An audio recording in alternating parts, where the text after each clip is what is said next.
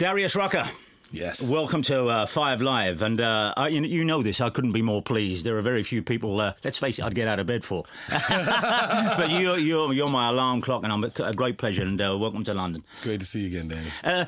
Of course, let's deal with the last time we met when you were fronting a little band. I can't remember who in the Blowfish, that'll be it. You were Did success come too quickly to Hootie? Because you just banged straight away.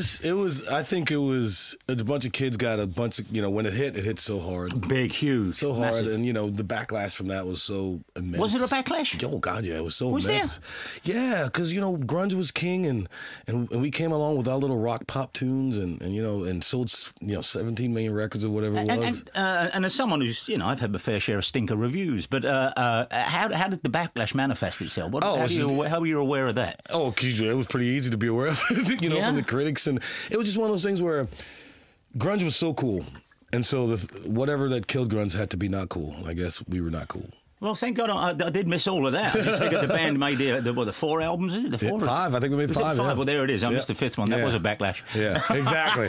From you. And so where did that leave you in terms of thinking, okay, what am I going to do? No, we were still playing. We were still playing big places. And, our touring lives were great. But it got to a point to where we got tired of touring every summer. Yeah. And so I was like, they were like, we don't want to tour for a minute. And I was like, well, I'm going to do my country record now. And to be honest with you, Danny, I didn't think I'd get a record deal. I didn't think I wouldn't have given myself a record deal. So I just didn't think I'd get one. I was going to do it in the little studio we got at home. And Doc McGee's my manager, and he got me a record deal, and then it took off. Well, why was that, though? I mean, I understand and the confusion, like Jethro Tull. You are not Hootie. But I guess people would have said, hey, put it out under the name Hootie and you got something. Was there ever that suggestion to you? No. The funny thing is, it's the exact opposite. All my friends in country music said if you had put it out as Hootie, we probably wouldn't have played it. I guess so, yeah. There's that, isn't there? Yeah. They all said, you coming out on your own probably helped me more than any. Yeah, you had a little go with the kind of being R&B-ish. There was a little kind of pop thing going on for a bit, wasn't it? But that was just like a minute break. Yeah, that was me trying to... That was just a minute for us. I played them. Don't back off. I played them. I love that record. I'm proud of that record. But that was just a minute. That was like a Hootie break that was fun. This was something that I had been talking about doing for years and couldn't believe that I actually got a record deal to do it. Now, the thing is, I guess even a good swathe of the audience listening now, they say, yeah, I like country music. I like that, Asleep at the Wheel and that Bob Wills stuff. There's country swing, and country is like saying pop. Is it the Beatles? Is it the Spice Girls, and everything in between? There's a lot in between there. But country music, particularly in this country, and you coming over it's like Lise Lend all over again. You saw how starved, parched people were. It's story music. There's no music that tells a story like that. And I think that is just about the most important function. Oh, I agree. That's the thing I love most about country music is that the songs are all stories. They're great. Yeah. We were talking to somebody the other day. They said, well, what about Achy Breaky Heart? I said, have you ever listened to that song? It's a story. There is, and that's as basic as it gets. But something like "It Won't Be Like This for Long," and I thunder against the modern culture of dabbing away tears at the drop of a hat. But every time I heard that, and when you played it at the O2, you go. Any parent, anyone who cares about anyone, that is something no other music I think caters for. I agree, and a song like that is a perfect example of how. You're just trying to write a song that really affects people. When you're writing country, you want to write a story that can make people go, man, that's me. Yeah. In the song, it won't be like long. Everybody, all parents can relate to that song. And it's, the last time you were in town and you're with Brad Paisley, and Brad's song, This Is Country Music and We Do. You're not supposed to say the word cancer in a song. What a great opening line. That's right. You're not going to get that anywhere without... Yeah, absolutely. And holding its nerve all the way through. Oh, yeah. So is that where you're from? Is that where you're from, the country? Yeah, I was born and raised in Charles, South Carolina, which is right in the middle of that. So country music was always around for me. And I had a mom who was really cool. She would let me listen to whatever I wanted to listen to. Yeah. And for me, hee-haw was just huge for me as a boy. I mean... I just watched Aunt it. Pearl, was that? Exactly. And Buck Owens and Roy Clark, But it was huge for me because every that was where it's not like now where you got MTV and VH1. That when you got your music on TV, it was shows like that, and you saw the big artists every week. Sure, and the thing with country again to come back, and I'm not going to, if people don't get it, then more for them. I always think because it's one of the great rocks of my life, country music. People think it's one sort of thing. That's there you go. You got it is evolving all along the way, and it outflanks something like pop music, I think, extraordinarily. And something like Wagon Wheel you're doing now is an old song, sounds as fresh as anything, doesn't it? And that's what I love about being here is just that country music right now is it's everything. It's the pop country of Carrie and. But how's it back in the States? Is it still? Oh yeah, it's all over the place. I mean, when you listen to country radio right now, it's like I think listen to pop radio back in the day. It's just it's country, but it's such different genres. It's not one thing. But that's the thing. You have to listen to country radio. I don't get why these terms, which were invented by radio stations, they don't really exist. Nobody's got an entire. I don't know anyone who's got an entire load of heavy metal, an entire load of reggae, an entire load of country, and yet there's this. You got to go to a country station, which is fine. Yeah. But there's no sign that that's ever going to break down. That people are just going to play records. I agree. There's no sign in the States that it's going to change. You know, it's like a song like Wagon Wheel.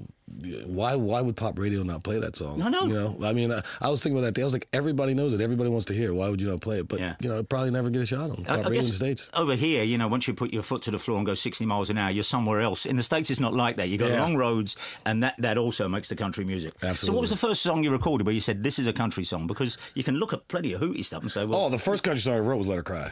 Yeah. I mean, even when I wrote that, I took it to the band and they laughed at me and said it's a country song, and they took it and changed it to what it became because they were like, it was just too country the way I wrote it. But that was the first country song I ever wrote. And here you are now, ending your sets with Purple Rain. Awesome.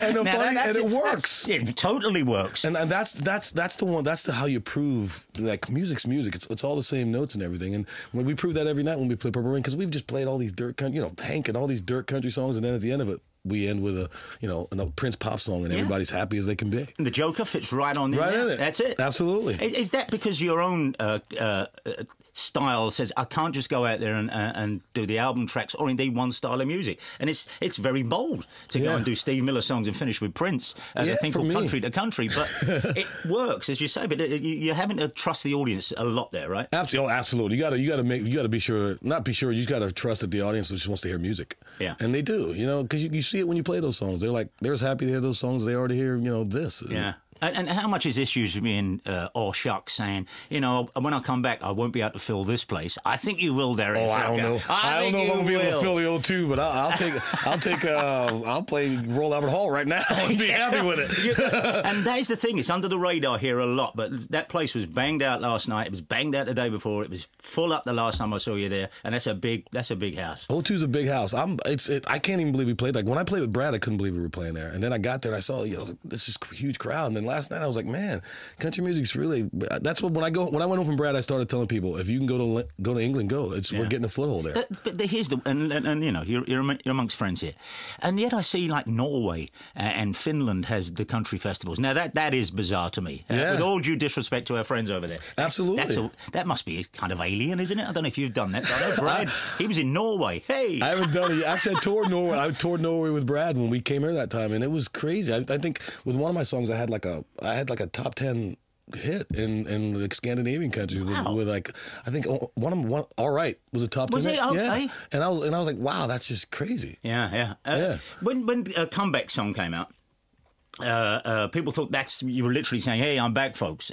Was there a little of that in it where you just starting to get confident and think, yeah, I'm home again? It was. After the first record, I was like, with that second, it was like, yeah, I'm back. Let's do this. Anything you learned from Hootie that you're going to think, well, I'm not going to do that this time? Is there any more to enjoy or learn? The one thing I've really said to myself is I'm going to enjoy this. I mean, with Hootie, it was such a whirlwind, and we were such in and out, and we never ever took time and sat back and go, man, this is awesome. It was always what's next. Yeah, it was always what's next. What's next? Yeah. And I made a pact with myself when I started this that if I have any success, I'm going to enjoy every minute of it. Did you, on balance, did you not enjoy the Hootie thing then? It's not that we didn't enjoy it. It's just that we never thought to enjoy it. We were in the middle of two things. We were in the middle of what's next and where's the party. You know, that's what it was all about for us. Yeah. And how many did that first album sell? Worldwide, I think 18, 19 million. Oh, it was crazy. Wow. It was crazy. And you still play it in the sale course. Oh, yeah. Hootie, we still play. We still play like 4 or 5 shows a year.